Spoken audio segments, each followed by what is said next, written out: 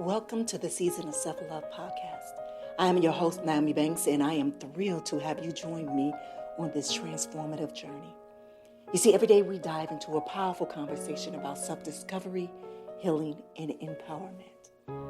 This podcast is brought to you by Ask Nyomi and Elevate Me Self-Discovery, where we believe that loving yourself is the first step to living a fulfilling life. You can expect insightful discussions, practical tips, and inspiring stories. Plus, we'll occasionally welcome special guests who will share their unique perspectives on self-love and personal growth. So get comfy, grab your favorite beverage, and let's embark on this journey together. Because it's time to embrace the beautiful person that you are. So let's elevate our lives one episode at a time. Now let's get started. Beautiful people, and welcome back to the Season of Self-Love podcast. I am your host, Nyomi Banks, and today we have a truly inspired episode lined up for you.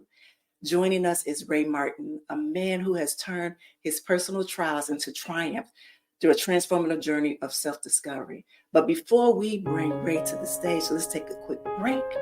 And when we return, we will dive more into Ray's story, all right? It's your girl, D Goddess Nyomi Banks, here on the Season of Self-Love podcast. And we'll be right.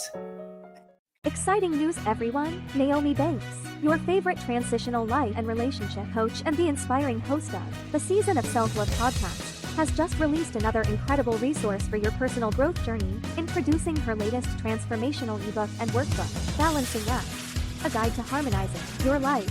This 50-page guide is designed to help you navigate the complexities of life, bringing balance and harmony into your everyday experience. Perfectly paired with our amazing new series for this month, The Act of Balancing Life. This workbook is packed with practical exercises, insightful prompts, and valuable tools to empower you on your path to self-discovery and fulfillment. Don't miss out on this opportunity to invest in yourself and enhance your journey toward a balanced life. Balancing Act is available now.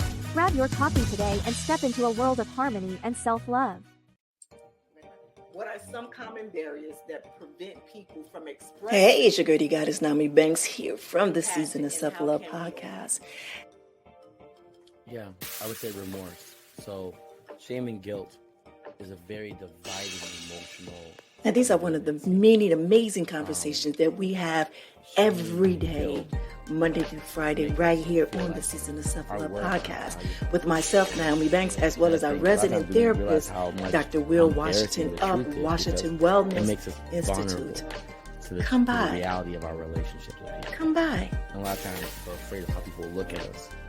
And so that compassion can't enter. You can hit us on the website, really the Season of Self-Love podcast.com. Let me ask you this, with the truth, is it... Are you ready to embark on a journey toward harmony and balance? Join us for our exciting new challenge, the 21 Days Living Balance Challenge on the Season of Self-Love podcast. As part of our monthly series, The Act of Balancing Life, this challenge will guide you through daily practices designed to help you harmonize your mind, body, and spirit. Whether you're juggling work, relationships, or self-care, we're here to support you every step of the way.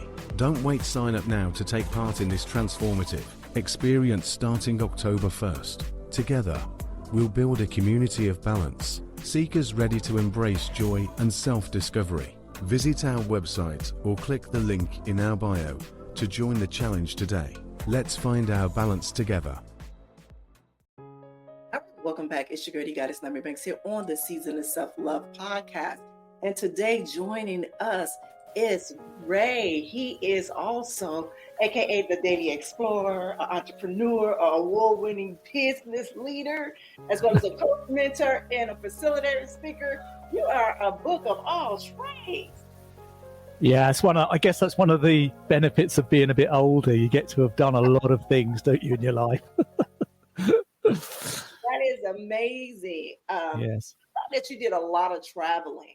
And I know you took a nice little sabbatical, right? Yes, I did. All right. Yeah.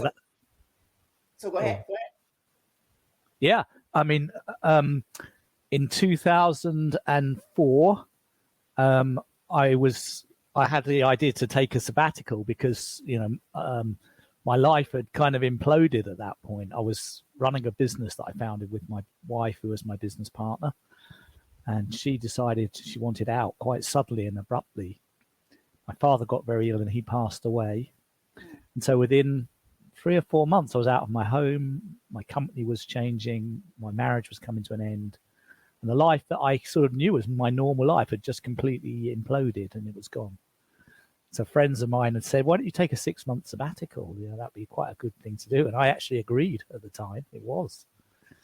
It didn't go according to plan. And once I'd reached the end of the 6 months, I was in Asia backpacking. I realized I wasn't quite ready to come back. And so I followed just my inner wisdom and thought, I'm going to keep doing this a bit longer. And I can tell you what I was doing a bit later. But I ended up living out my backpack for 14 years. Oh, wow.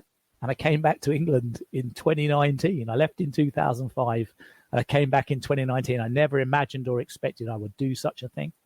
It's just the way it kind of worked out. And a bit like, if any of you have dogs, you take them for a walk in the park or something. A dog never walks in a straight line. It kind of follows a scent that it's sniffing. And this is kind of the experience of my life for that period. That's what happened, yeah. And now I work and I was even during that journey, I was working as a leadership coach, which is the business I was in before. So I'll continue to do that kind of work all the way through, using my own learning as part of that. And now I focus almost full time as a leadership coach when I'm working. That's beautiful. That's beautiful. Thank you. As you were talking, I said, oh, wait a minute. We didn't do a nice little meditation, but you know what? This is a special one. I was just so, because when I was reading your whole profile and stuff, and I was like, wow, I myself wanted to do a lot of traveling. And just to know you took 14 years off and just traveling out of your book bag. I mean, that alone is amazing. And so I know that you had to have written a book or something about that. Is there a book coming or is there a book out? Yeah. I mean, it was when I first started the journey, I had no intention of writing about it. I wasn't a writer. I was a businessman. And I thought I wanted to honor one of my guiding principles while I was traveling, which was to be connected to my family and friends and people I loved. I thought, how could I do that? And this was way back in 2005. And blogging was quite a new thing in those days. Mm-hmm. I didn't know what blogging was until I sort of read about it. And I thought, I want to start a blog. So I learned how to do that and started a blog called The Daily Lama, which was a bit of a play on the Dalai Lama. Mm-hmm. And I did that for a couple of years. And I was just staggered to realize that quite a lot of people were reading it, because I was bumping into travelers in Asia who would tell me they read the Daily Lama, and I sort of said that was me writing it, and they were really often quite surprised. And then that turned into the Daily Explorer, which is still a blog I have today. And I started to love the art of writing just by doing the blog. And as I met people and they asked me, why am I doing all this traveling? And I told them the story about my business and the divorce and my dad passing away. And some of the things that had happened to me, people often said to me at the end of those evenings or conversations, do you know what, Ray, if you ever write a book about this, I'd really like to read it. Can I give you my email address so that you can write to me and tell me? And I just laughed and said, there's no way I'm writing a book. Not a hell, no chance. But then after 3 or 4 years, about 50 people had said this, and I had their addresses. And after about 5 years, it was like 100. Ooh. And I thought, at some point, Naomi, I don't know if you've had one of these insights, I thought, the universe wants me to write a book. Yes. I just kept getting hit over the head with the same message. I thought, oh my God, I'm going to have to do it. I'm going to have to commit to writing a book. So in 2011, I went on a writer's course. I was living in Chiang Mai in Thailand, and I saw that a big shot literary agent from New York was coming over to do a 5-day course for authors. So I wrote to her and said, I'm not an author. I'd like to be an author, but I'm not one. And does that mean I could do your course or not? Because they all look like proper authors. And then the second thing is, the course is $1,200, and I've been doing a lot of fundraising work and working for no salary for the last 3 or 4 years. So I don't have that much money, but I could scrabble together $500. Could I do it? And she wrote back and said, yes and yes, you could do it both. And I took those two yeses as what I call now a confirmation signal that that was the right thing to do, because I'm a very big believer in reading the universe for confirmation signals when you make a decision. And so that was one of my confirmation signals for that decision. And so I did that course, and I got the idea for writing Life Without a Tie, the book that eventually came out. The idea came from that course, but I didn't start writing the actual book until about 2015. I took a break of 3 or 4 years before I started writing after that course. So that's the story of how the book came about. Yeah. Well, that's beautiful. Now I read also you have rules. So during your traveling, you develop what you call the 6 rules of happiness. And I know my listeners will want to know this, and I know they probably got their purpose pen and purpose paper together. Yeah. I mean, I know I probably don't have much time today with you, but so I'll whiz through them, and you can stop me if you want to know more about one. And this came because when I was writing the book and telling the story of that 14-year period, how it changed me and what I learned and the wisdom I gathered, my editors who were helping me with the book said, can you summarize what you've learned in 6 rules? And so I said, okay, I'll give that a go. So the first rule I would say is build a strong core foundation inside yourself. What do I mean by that? I mean, if you want to do something extraordinary with your life, in the world, with other people, you've got to really know yourself deeply. You've got to know, what's my vision? What are my values? What's most important to me every day? What is my purpose? When am I in my element? Which is a beautiful term that Sir Ken Robinson came up with and said, if you've got something you're really, really good at and something you really, really care about, when these two things collide, you are in your element. You could do it all day, 24 hours a day. You'd never get tired. You love it. And I know this to be true. When I'm in my element, which is when I'm coaching, I absolutely feel like I'm in my element. I could do it forever. Oh, I love that. Yeah. And so these are all things that you can know about yourself. So they require deep reflection. They require time to really think deeply about what's important and to just know what's true for yourself. That's core foundation. Then the second rule is you've got to live as if you take 100% ownership for literally everything that happens in your life. And that means you can't blame anyone else for the situation or conditions that you're in, or you can't blame anyone else for any obstacles that stand between you and the vision you have. You've got to assume that you are creating those things as much as they are there. Yes. You have some part to play. You know, like it's very easy to say if your partner leaves you from a relationship, dumps you, say, it's them. They just couldn't see how great I was, etc. But if we look deeply below the surface, we always know the truth that there is something we did or didn't do that contributed to that person's view of us. Yes. That we are at least a part of the cause of that event. Mm-hmm. And we own it, and we own responsibility for the part that we did or didn't do. Mm-hmm. And if you have the wisdom and the ability to see that, you're on track for an extraordinary life. If you can take full ownership for everything that happens. That's number 2. Mm-hmm. The third rule I would say is about being conscious, and I call it becoming your own observer. Because often, if you're caught in the middle of a drama in your life, you feel like you're the actor in a story that's going really badly wrong. You know, and when you're the actor in the story, you've got very limited options. You know, everything's happening to you.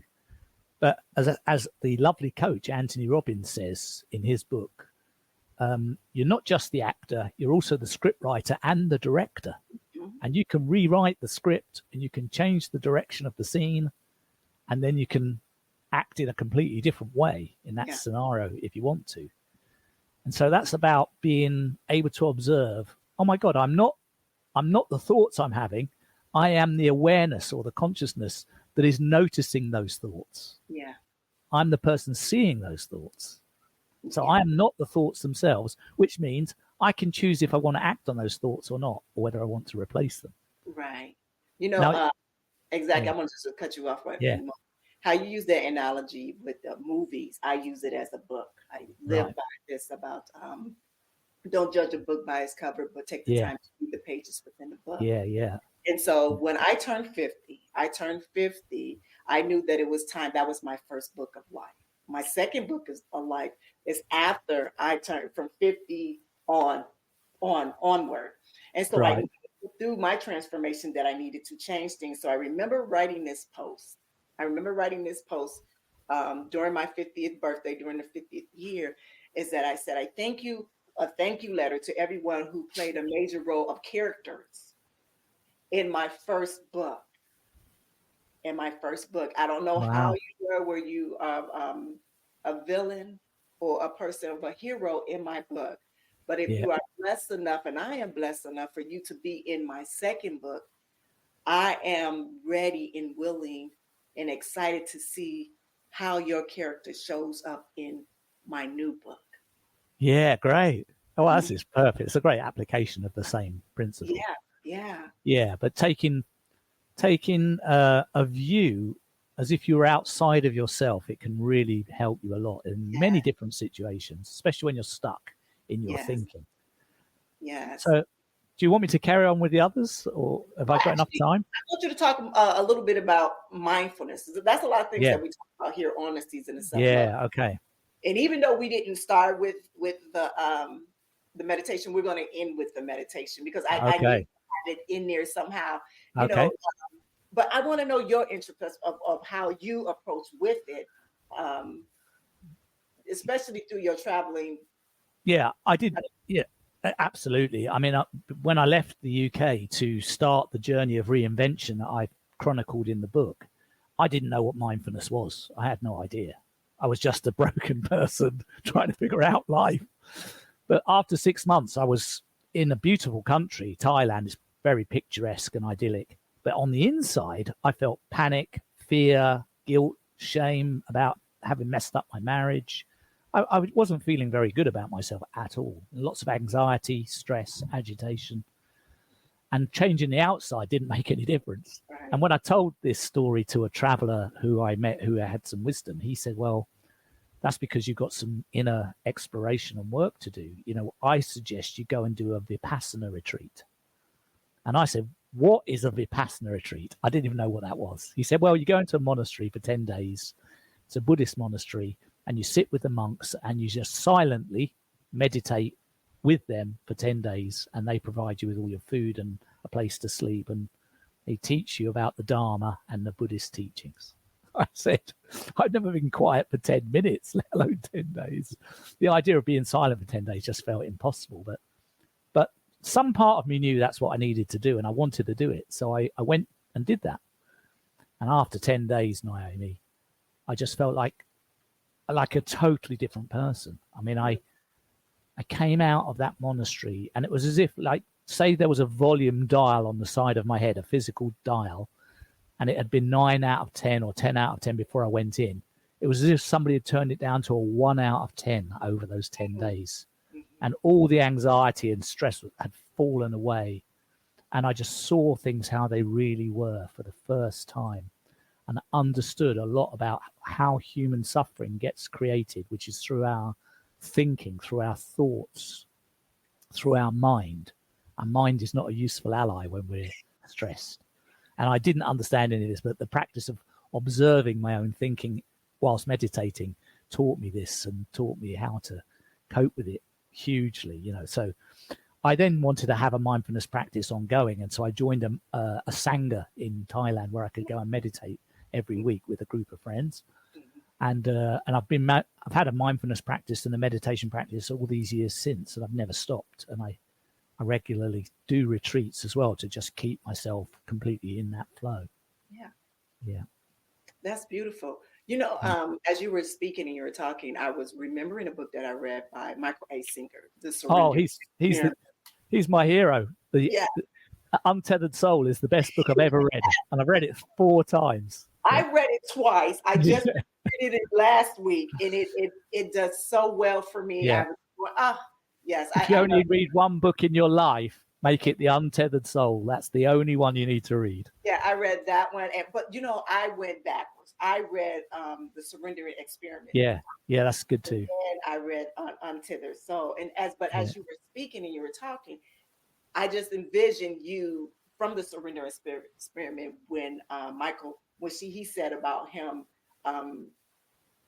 finding out what mindfulness and meditation was, and going Yes. into that space and that place and understanding. Actually, that book, to be very honest, that book helped change my life, like really Yes. to see things differently. Because even though I was doing meditation, I really wasn't doing it with how I supposed to be doing it for me. Does that make sense? Yes. And Yeah, so I it do. allowed me to truly open up into really surrender. I mean, we have our days to where we kind of fall back, but at Yeah. least I know now how to come out of that. Now I know where to go, what space to go to. I've created a whole room in my home just for that. Oh, Before wow. I couldn't do that. Before Yeah. we don't know that. We taught to work, create, but never Yes. a time to be mindfulness, to be still. That's what I Yes. thought was to be still, take my hand off the wheel, and Yes. just go. Yeah. Yeah. I learned a lot from reading his books and from a teacher who died a couple of years ago called Thich Nhat Hanh, who's Hmm. a Zen Buddhist monk. He was in his 90s when he passed away. A wonderful man who I actually had the chance to actually sit with in person at one of his retreats in Plum Village, where he lived in France.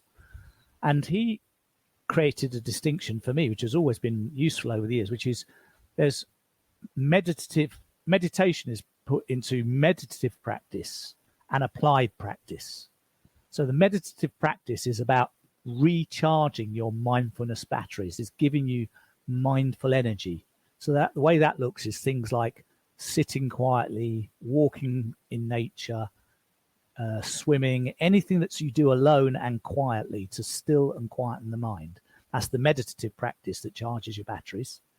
And then you've got the applied practice, which is how do you show up when you're in a challenging conversation with someone? Mm-hmm. Do you get angry or do you stay calm? Mm-hmm. Do you be patient and tolerant, or do you be frustrated and annoyed? So because you need the battery of mindfulness energy charged, and then you can apply it until it runs out, then you need to recharge it again. A bit like your mobile phone, you need to plug in and recharge your mobile phone every night, otherwise the applications don't work. So you can have a phone with all these applied things on it, but they don't work if they're not fully charged. Oh, I love that. I love that analogy, and that's going to stick in my head. Yeah. It is, because I don't do that enough. Does that make sense? I don't do it enough, and I'm a person on energy. Yeah.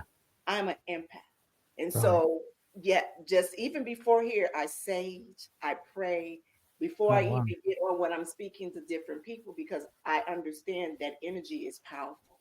Yeah. That energy can transfer to other people, and so I make sure that at least my house that I'm Yes. at, that is open and willing to learn. But also I have to understand that also the energy that's coming to me, I have to make sure that I don't want to say protective, because as I learned in Unto the Soul, we don't want to protect, but we want to Yeah. that I'm aware of what's coming, and that I'm Yeah. prepared. That Yeah. is prepared. Yeah. Prepare for it. Fabulous, Naomi. Yeah. So even when you're just speaking about having the conversations, the first thing I thought about, two books that I think about is the Four Agreements. Oh yeah, Don Miguel Ruiz. He's such a great writer, isn't he? The Four Agreements and Yeah. Under the Soul. Yeah. Those two books together combined, and I'm telling you, listeners, when these two books, it will just change your whole perspective, even having relationships with other people, because you no longer will make it about you. You can sit in and you can see it from another perspective. You can understand it from the other person's point of view, that you're not looking at it from your ego or your pride, and it's not about you. And also with healing. Yeah. Unto the Soul helped me a few weeks ago, and I'm going to share it on another show, but I'm just going to share a little bit with you. I had this situation that I was going back home to Chicago for a family reunion, and I knew that there was a very toxic relationship that I had with some family members there. Yeah. And so the funny thing is, when I woke up the night before I'm to fly to Chicago, there was an S that came up. like an S. And I'm like, what is Uh-huh. that S? And it had diamonds around it, S. And so that morning I'm up doing my thing, and something said, go listen to Unto Their Heart Again, Unto Their Soul Again. Huh? Mm. I turned it on. I spent the whole day listening to it. I listened to it in one day. In one day. And I was like, wow, I needed that. I needed that to go to make sure that my conversation, make sure that my energy, make sure that I showed up as the best person that I can possibly be. Instead of me Mm. going into it with my heart closed and guarded, I had Mm. to open my heart. As a matter of fact, that whole week before that, I was receiving this message about having my heart cracked open. Yeah. Me, What was it like when you actually had the conversation? How was it? it was so amazing. It was truly amazing. Before I knew it, I was sitting in little clusters of corners, Yeah. speaking to my family about books that I was reading, about getting through. It just felt like it felt like it was a retreat that I was on, and I was going to the different Fantastic. clusters. It was so beautiful. It really was. And all I kept saying was like, thank you, God. Just thank that I'm listening, that I'm being obedient, and that I'm paying attention, and that I am aware of certain things. That Yeah. I have the courage to check myself, is what I call it. I have the courage to check myself and be accountable Yeah. for some of my things that can relate to how I communicate with people. And Yeah. so Brilliant.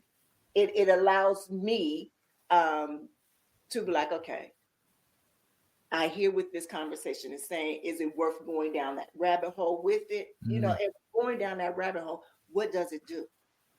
What does it do? Who is it? Yeah. Is it all about proving one another right or wrong? What is it? Yeah. And how it looks to me and how it feels to me is that your inner wisdom always knows what's right for you. Yeah. You don't have to overthink it. Your inner wisdom always knows what's best and right Yeah. for you. Yeah. Yes. Yes. I think as I got older, I more to tell myself the ego side of me, go sit down over there, Yeah. girl. Yeah. Okay. Yeah. And Yeah. allow the beautiful wisdom that's always been there, but we Yeah. tend not to listen because we do have that pride and that ego that's in the way and doesn't Yeah. allow it to happen. Yeah. Yeah. I get you. I get you. I hear Yeah. you. For you, what have been okay, because you travel all around the world. What has been your favorite? Place, you mean? Yes, favorite place, country. Oh, it's hard to answer because some places I'll remember because of the amazing relationships I built and people I met. Mhm. Some places I'll remember because of the teaching I received. Some places were just naturally beautiful, like New Zealand was just beautiful rivers, mountains, streams, trails. I mean, volcanoes. It was just beautiful. It was like, oil painting of a country. Lovely, very picturesque. And others were just charmingly chaotic, like India. It's very, very chaotic, but has a huge amount of charm and so many people there who are just deeply happy and content, despite having very much reduced material comfort compared to what we enjoy Right. some of the places we live. It didn't seem to matter. They were just very accepting of their lives, and it opened my eyes. So, it's hard to pick one and say this is the best place. But where I lived in Chiang Mai in Thailand, I loved that place. It was a very lovely little city, and I really enjoyed living there for a while. And then I moved to Warsaw in Poland, a completely different kind of back into what used to be Eastern Europe is now Europe. I love too, but I was moved for love. I was in love with someone who I'd moved to be living with then. So it was a different experience. That's beautiful. Yeah. Let me ask you this question. This is a question that I asked Okay. on my other podcast, and I asked about healing, about what chapter in your life is the most healing chapter for you. Since Yeah. you traveled for 14 years in your backpack, Yeah. and I'm looking at in that 14 years, was that one chapter or was those multiple chapters in your life in that 14 years? Multiple chapters. And I'd say the period that I did most of the deep healing work was between say 2009 and 2010 or 11. I started that journey by reading a book by a couple of American psychiatrists. The book was called Undefended Love by Jet Saris and Marlena Lyons. They both live in San Francisco. And that book really opened me up. And really, I saw when I read that book, oh my God, that's me, the person they're describing. Very defended, very armored up, impenetrable, can't receive any criticism. This was me. And so I reached out to the two of them and said, can I come and do a workshop with you? And they were running workshops in America. So I came to America and did a workshop with them. And I said, how do I continue doing this personal inner work? They said, well, we reckon you should do something called the Hoffman process. That would be serving you well. And so a couple of years later, I did the Hoffman process, which was an 8-day experience, very deep. And then after that, I had a brand new set of tools. And everything I learned in the Hoffman process and how I applied it, I've written. It's in chapter 12 of the book. And how I applied it and the vision that came from my life that came out of that. I've detailed all of that in the book so that everyone can see how to do the work for themselves. And when I wrote about it in the book, I actually showed it to the people at the Hoffman Institute to say, this is what I'm writing in the story. And they said, this is lovely. This is about probably the best account we've ever had someone write about this.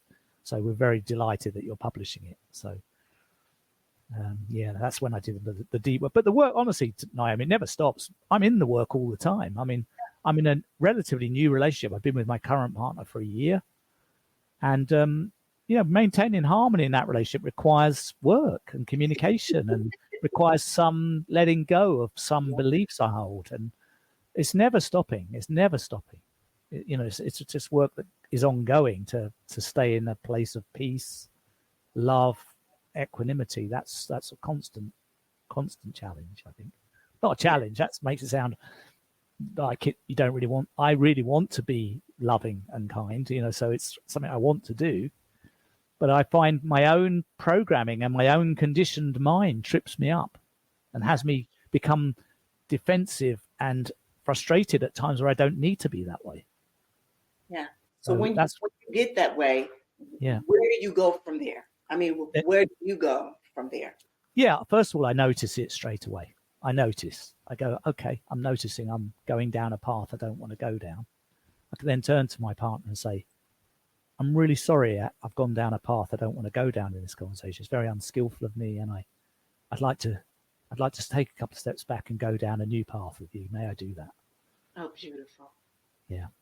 Beautiful. See, this journey, I call it the self-love healing journey. Yeah. It's been an amazing journey. I think you said early on about watching yourself or being outside of yourself. I've done that several times. I remember speaking to a girlfriend of mine and telling her how I see a different version of myself. And I love that version that I see. And she kind of giggled and laughed, but I said, no, I see my new version. I see my old version, and I'm standing here in the present moment. And I love them both, because I thank my past. I thank that past version of me, because not only did it show me to be courageous and strong, but it also gave me the willpower and the resilience to be able to stand in my present moment and go for that person who I see, in that future. Yeah, that new version of me. Yeah, lovely. Yeah, I often do that with clients when I'm coaching with them. I'll ask them to think back to a time where they weren't happy with who they were being and put an empty chair just a few feet away opposite them and ask them to go and sit in the empty chair as if they were that old version of themselves, and then come and sit back in the chair as them now and have a conversation with their previous self. And they do. And so it is an ability we all have. Yeah. It's not, you don't need to learn it. It's in there. It's already in there. It is in there. Yeah. Beautiful, beautiful. All right, Ray. Well, we had a lot of time. I know I cut you off when you were, and I don't want to do this because you had the 6 rules, and I think I cut you off. That's all right. They're all in the book. Everyone can read them. I don't want to give them too much, huh? No, I mean, they're all in there. Anyone who wants to read them can find them there. Well, speaking of your book, where can they find your books at? Well, on Amazon is probably the easiest place in the US, I think. And I have a website called LifeWithoutATie.com where there's pictures from the journey, and people can get a signed copy of the book from me personally if they want one there. So that will be another place. So Amazon or LifeWithoutATie.com. Okay, Life Without a Tie. Yes, that's what it's called. Yeah. I like that. So, okay, one more thing. Where did the title come from? Because that is a different type of title. Where did that title come from? Yeah. So how it occurred to me was when I was writing the book was I realized that when I left the UK, there were four things that sort of gave me a sense of being tied to the life I had there. One was the person I was married to. 2 was the career that I had. 3 was the physical house and the neighborhood I lived in. And 4 was my community of friends and my family. And I thought about it a lot. And I thought those 4 things pretty much tie and define most of us and affect most of the decisions we make. And if you cut just one of those ties, like you end a relationship, your life becomes slightly unstable for a while, even if nothing in the other 3 changes. Yeah. But if you end a relationship and leave the home you live in, 2 ties cut, then it's wobbling quite a bit. Then if you decide that your career is going to come to an end, that's 3 of the ties cut. You've got very little to hang on to. So what happened to me was all 4 ties got cut at the same time. And so I had to literally reinvent myself from zero. And that's why Life Without a Tie came into existence, because I also used to wear a tie as a businessman. Right. And I let go of being a CEO and gave up the world of business for a while. So I let go of that tie as well. So Life Without a Tie is that's why it was called that.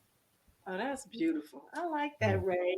That is beautiful. That is really beautiful. And that's by the way, that is actually me on the cover of the book, because people always ask me that. That's on the path in the Himalayas to Mount Everest Base Camp. So that picture was taken in 2010. Oh, nice. Yeah. Well, you know, Ray, we have come to the end of the show. Thanks, is there any last words that you want to share with my audience, or anything that you think they should know? Or I would just say that, life's a journey. It's your own inner work that counts. You can listen to guys like me, but it won't make any difference. You've got to really listen into yourself. And that's where the truth of your own life lies. But I'm also really happy to support or encourage anybody on that path. So if anyone wants to reach out and have a chat with me, I'm really happy to talk, so please let me know. That's beautiful. Thank you. Yeah. Well, before we leave, I know we usually open up with it. And since we didn't do it, open up, I would like to play a pre-recorded video of a meditation that I have. And then we kind of take it out. All right? Okay. All right. All right. I want you to inhale deeply through your nose, filling your lungs with air. I want you to hold on for a brief moment. Now exhale slowly and completely, releasing any tension or stress. I want you to feel your body relaxing with each breath. Now, as you continue to breathe at your own pace, I want you to bring awareness to the present moment and feel the weight of your body grounding you to the earth. I want you to notice any sensation within your body without judgment, just simply observing. Take a deep breath in, drawing in peace and clarity. And I want you to exhale any distractions or worries that may be clouding your mind. With each breath, create space for insights and intuition to flow freely. Now envision a bright light at the center of your being, radiating warmth and wisdom. And with each inhale, allow this light to expand and illuminate your mind and spirit, and feel a sense of calm and serenity in you.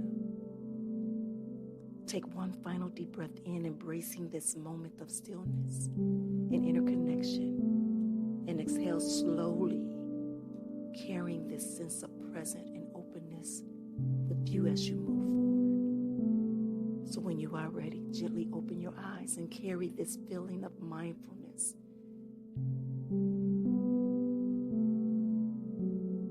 throughout your day. You are grounded, you are centered, and open to the insights that await. All right, thank you. Thank you. Thank you for just sharing this moment with me, Ray, as well as Thank my you. here. Thank you. This is such an enriching conversation here. I want to go with you. Where are you going next? I'm going back to Thailand for the winter. Yeah, I am. From November until January. Oh, nice. Oh, my Yeah. goodness. Nice. My beautiful people out there. And I also want to thank you all for tuning in. And I want you to remember that the journey to self-love is not just about reaching a destination, but it's about embracing each step along the way. So join us next time on the Season of Self-Love. And for more tips and insights. So until then, keep loving yourself and living authentic. Have a good one. Thank you for joining us on this journey of discovery and empowerment here at the Season of Self-Love podcast. Remember, embracing self-love is a continuous journey, and we're so glad to have you with us. So if you enjoyed today's episode, please leave us a review. And don't forget to join our community on Facebook at Season of Self-Love. Connect with like-minded individuals who are also on their self-love journey. Now, if you have any questions or topics that you'd like for us to explore, we love to hear from you. Email us at seasonofselflove@gmail.com and let your voice be heard. So until next time, take a moment for yourself today and remember, you are worthy of love, joy, and all the beautiful things that life has to offer.